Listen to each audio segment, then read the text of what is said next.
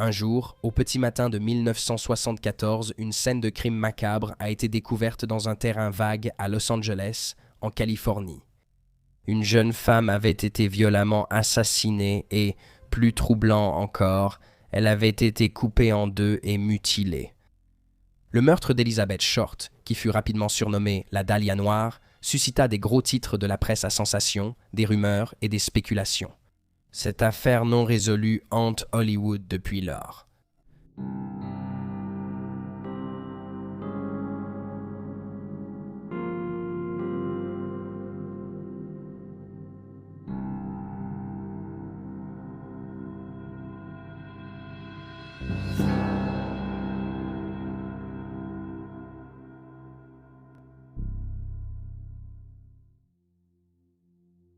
Le corps d'Elizabeth Short, âgée de 22 ans, a été découvert le 15 janvier 1947 dans un terrain vague sur South Norton Avenue à Los Angeles, en Californie. Elle avait été laissée nue et mutilée et son corps avait été sectionné en deux selon une méthode de dissection des années 1930 appelée hémicorporectomie. Comme il y avait peu d'échymose sur la zone touchée, cela indiquait qu'Elizabeth était déjà morte au moment où elle a été sectionnée. Les médecins légistes ont estimé l'heure de sa mort à un moment dans la soirée du 14 janvier ou peut-être aux premières heures du 15 janvier. D'autres détails notables sur le corps étaient qu'un sourire de Chelsea, également appelé sourire de Glasgow, avait été taillé sur son visage, que ses cuisses et ses seins avaient été lacérés et des morceaux de chair enlevés et que son corps avait été mis en scène. De plus, il a été constaté que le meurtrier l'avait lavée avant de quitter les lieux et il y avait des indications qu'elle avait été violée avant sa mort. Le décès d'Elizabeth a été causé par un choc suite à des coups à la tête et au visage et une hémorragie due à des lacérations au visage. Aucun effet personnel n'a été retrouvé sur place. Les rares éléments de preuve que la police a pu retrouver comprenaient une empreinte de talon près de traces de pneus et un sac de ciment contenant du sang dilué. Bien qu'il n'y ait rien qui puisse identifier Elizabeth sur place, les détectives ont pris ses empreintes digitales et les ont envoyées au FBI. Cela leur a permis d'identifier son corps, car ses empreintes étaient toujours enregistrées suite à une arrestation plusieurs années plus tôt, en 1943.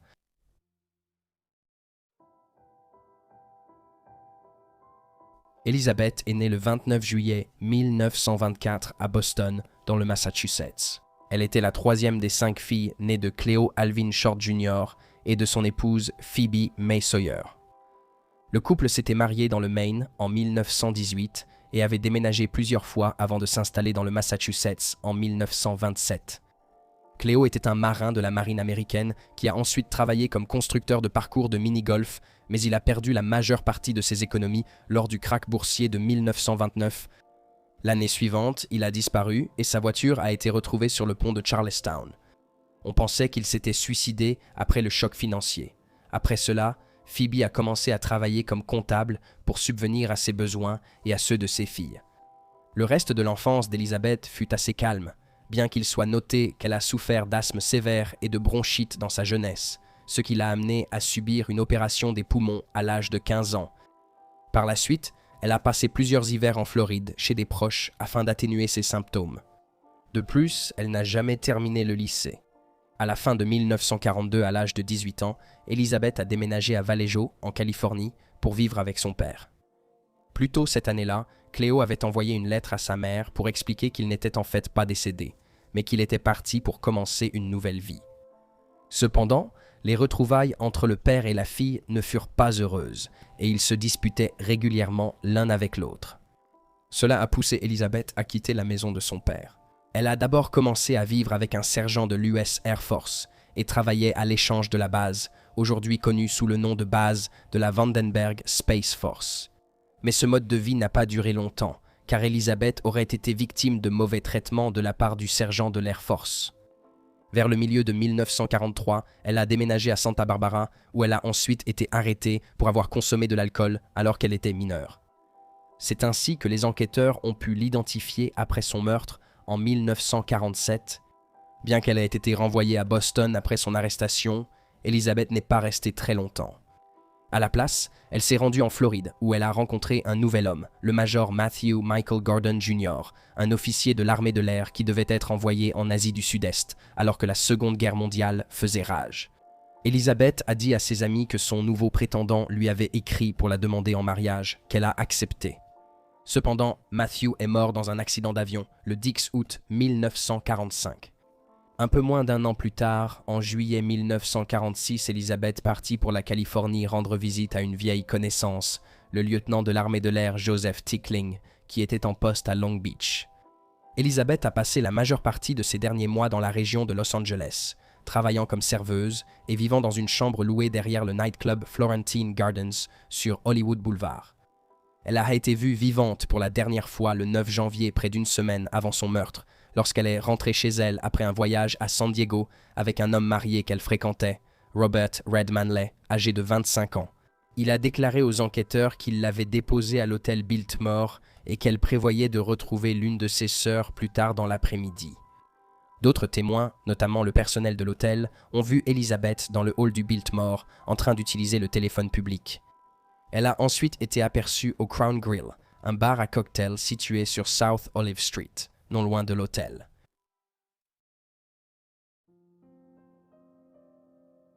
L'enquête sur la mort d'Elizabeth a été intense dès le début. Moins d'une semaine après la découverte de son corps, le 21 juillet, un rédacteur du journal L'a Examiné a reçu un appel le félicitant pour la couverture de l'affaire par le journal. Il est à noter que l'affaire a attiré une énorme attention médiatique et publique, mais l'Examiné en particulier a pris des mesures extrêmes pour obtenir les meilleures exclusivités sur l'affaire. Par exemple, après la mort d'Elizabeth, des journalistes du journal ont contacté sa mère, Phoebe, sous prétexte qu'elle avait gagné un concours de beauté. Phoebe a été interrogée sans relâche au sujet de sa fille avant qu'on ne lui dise finalement qu'elle n'avait pas gagné de concours. En réalité, sa fille avait été assassinée. Le journal a ensuite proposé de payer le voyage de Phoebe à Los Angeles et de couvrir les frais de son hébergement si elle acceptait d'aider la police dans son enquête. Cependant, il s'agissait principalement d'un stratagème qu'ils avaient élaboré, non pas par obligation morale, mais pour l'éloigner des autres journalistes et médias afin de protéger leur exclusivité. L'appelant qui a contacté l'examineur a ensuite revendiqué la responsabilité du meurtre et a ajouté qu'il prévoyait de se rendre, mais seulement après avoir été davantage poursuivi par la police.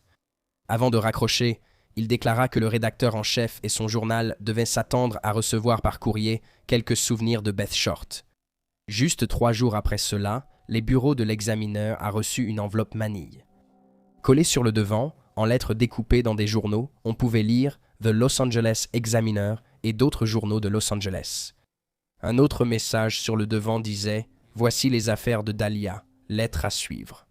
Le colis contenait une vaste collection de documents personnels d'Elizabeth, y compris son acte de naissance, des cartes de visite, des photographies et plusieurs morceaux de papier avec des noms inscrits dessus. La pièce à conviction la plus notable, cependant, était un carnet d'adresses avec le nom Mark Hansen gravé sur la couverture. Au départ, l'enveloppe semblait être une véritable mine d'or d'informations, mais on découvrit rapidement que l'expéditeur l'avait nettoyée pour faire disparaître toute trace. Fait intéressant, elle avait été nettoyée à l'essence, tout comme le corps d'Elizabeth. Les enquêteurs ont alors soupçonné que le tueur et l'expéditeur étaient la même personne.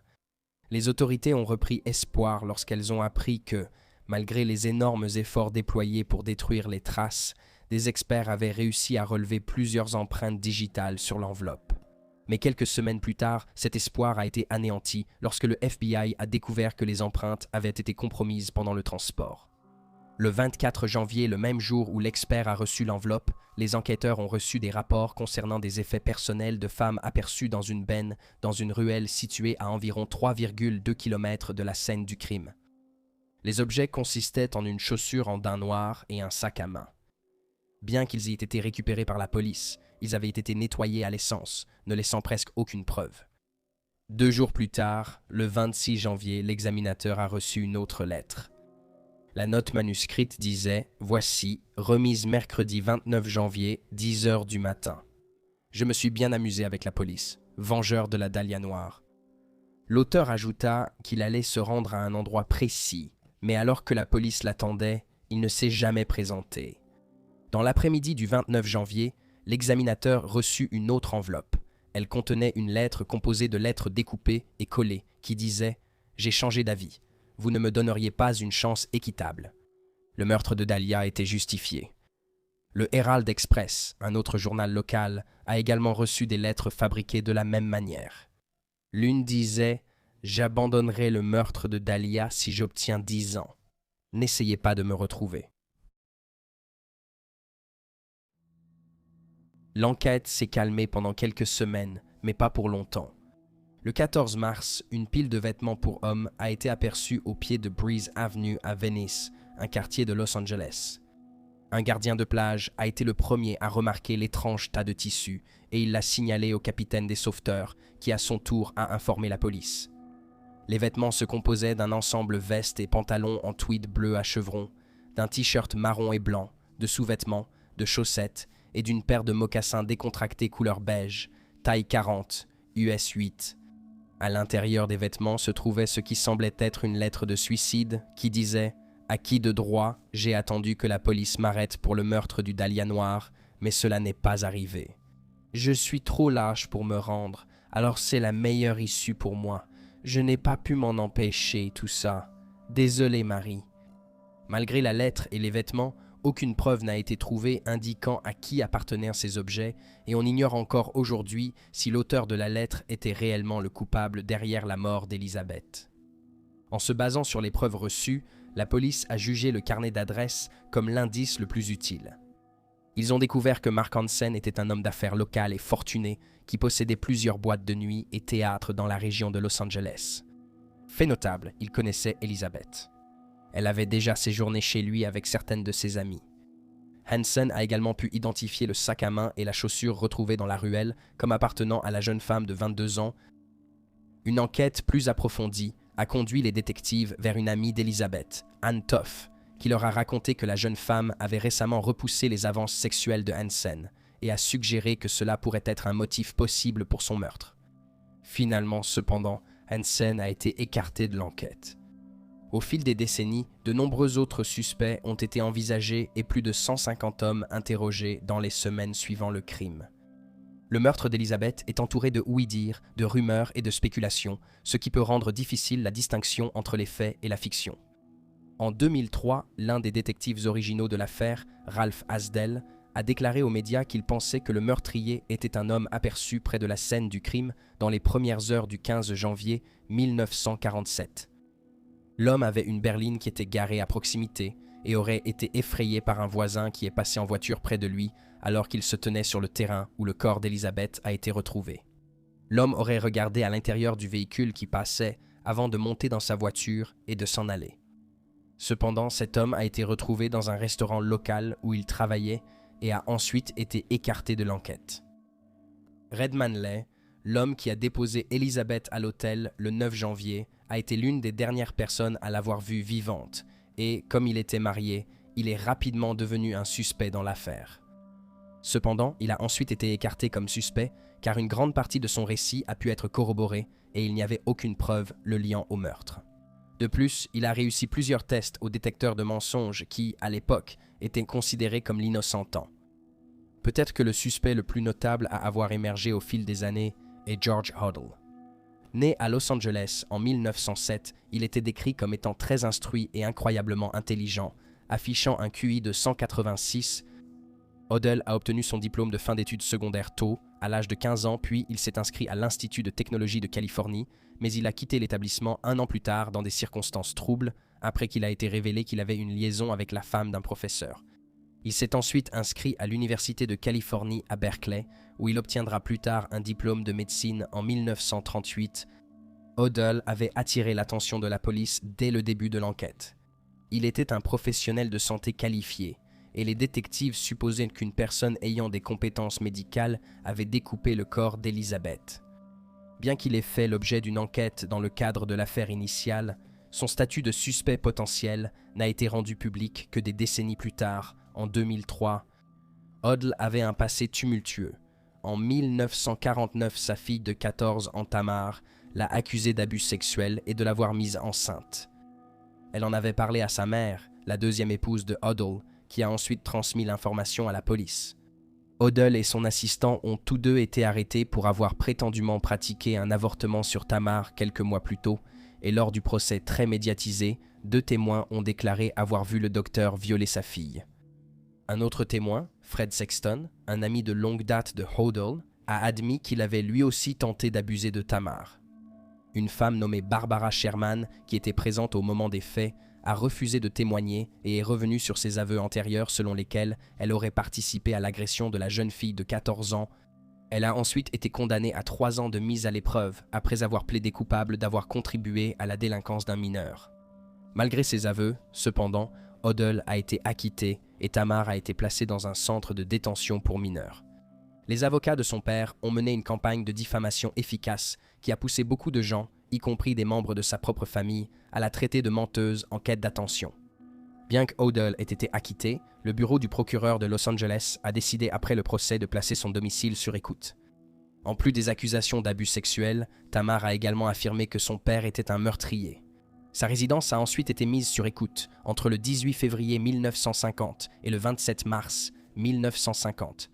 L'un des résultats les plus notables des écoutes comprend une déclaration faite par Odell faisant référence à la fois à Elizabeth et à sa secrétaire, Ruth Spalding, qui se serait suicidée en mai 1945 en prenant une overdose de barbiturique. Citation. « Supposons que j'ai tué le dahlia noir. Ils ne pourraient pas le prouver maintenant. Ils ne peuvent plus parler à ma secrétaire parce qu'elle est morte. Ils pensaient qu'il y avait quelque chose de louche. De toute façon, maintenant ils ont peut-être compris. Je l'ai tué. Peut-être que j'ai tué ma secrétaire. » Des rumeurs suggèrent que Ruth aurait pu faire le lien entre Odell et Elizabeth et aurait été tuée pour l'empêcher d'aller à la police. Cependant, ce ne sont que des suppositions et il n'existe aucune preuve connue du public pour étayer cette théorie. Les déclarations de Odell, comme celle-ci, n'étaient pas des preuves solides et les enquêteurs n'ont jamais pu établir s'il avait vraiment rencontré Elizabeth. Il faut noter qu'il a été suspecté pour d'autres meurtres que celui d'Elizabeth. Il a été interrogé en tant que suspect en 1949 pour le meurtre de Louise Springer, dont le corps a été découvert à seulement quelques pâtés de maison du terrain vague où Elizabeth avait été abandonnée en 1947. Cette information n'a été rendue publique qu'en 2018, lorsqu'une femme à Indianapolis a découvert une lettre de 3 pages écrite par son grand-père, W. Glenn Martin, en octobre 1949. Martin aurait été un informateur du LAPD et il a rédigé la lettre afin qu'elle soit rendue publique dans le cas où l'une de ses filles viendrait à être blessée. Dans ses écrits, il affirmait qu'un homme identifié seulement par les initiales GH, une connaissance personnelle et détective du LAPD, était le meurtrier à la fois d'Elizabeth et de Louise. Il affirmait cependant que GH était protégé par des hauts responsables de la police. Le fils de Hodel, Steve Hodel, un policier à la retraite, pense que son père est responsable des meurtres. Et il désigne cette lettre comme une preuve solide dans l'affaire, car elle indique que le LAPD considérait Odell comme un suspect des mois avant qu'il ne soit arrêté pour l'abus de sa fille. Steve n'a commencé à enquêter sur son père qu'après sa mort en 1999. Il pense que Odell est lié à pas moins de 8 meurtres, dont certains sont attribués au tristement célèbre tueur du Zodiac, toujours non identifié. De plus, il a suggéré que, bien que son père ait passé plusieurs décennies aux Philippines après avoir fui les États-Unis en 1950, il pense qu'il est revenu à plusieurs reprises entre 1958 et 1988. Il a déclaré que l'écriture de la lettre envoyée à l'Express en 1947 ressemble fortement à celle de son père. Il a aussi découvert parmi les affaires de son père des photos d'une jeune femme ressemblant à Elizabeth, bien que sa famille ait ouvertement contesté cette conclusion.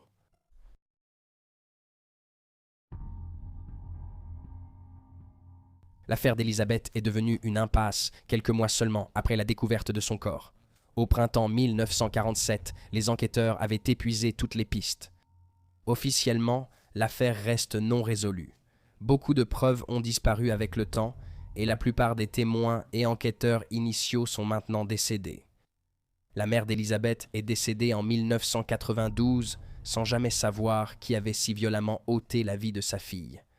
Au cours des décennies qui ont suivi le meurtre, l'affaire a fait l'objet de divers livres, films et émissions de télévision, notamment un film de 2006 avec Scarlett Johansson et Josh Hartnett, ainsi que plusieurs épisodes de la célèbre série américaine American Horror Story.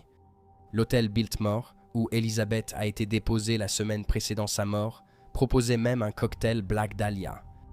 L'affaire Elizabeth Short continue de mystifier et d'intriguer aussi bien le grand public que les amateurs de faits divers et les journalistes. Cependant, son meurtre est également remarquable par la façon dont elle a été traitée après sa mort.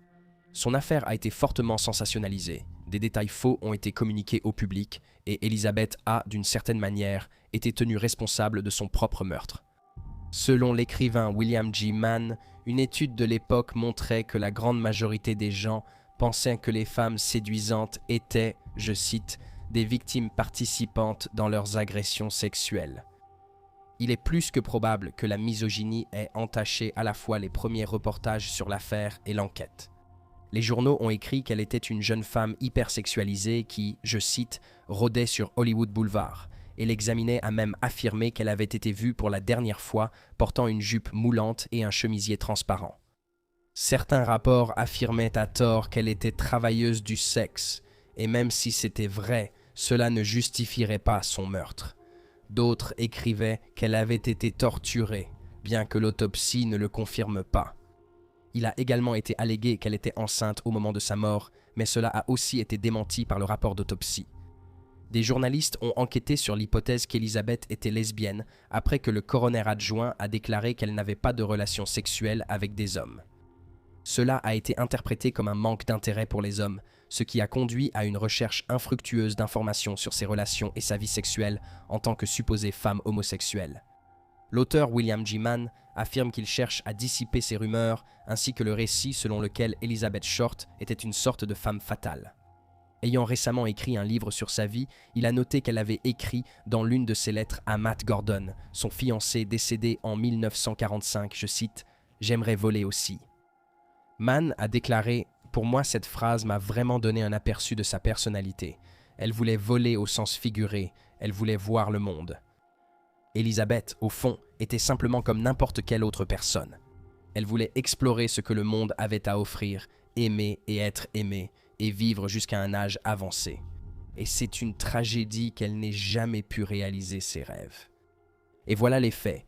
N'hésitez pas à laisser un commentaire ci-dessous avec vos propres théories et réactions. Et n'oubliez pas d'aimer cette vidéo et de vous abonner pour soutenir la chaîne. Merci d'avoir regardé. Restez vigilants. Prenez soin de vous et on se retrouve la prochaine fois.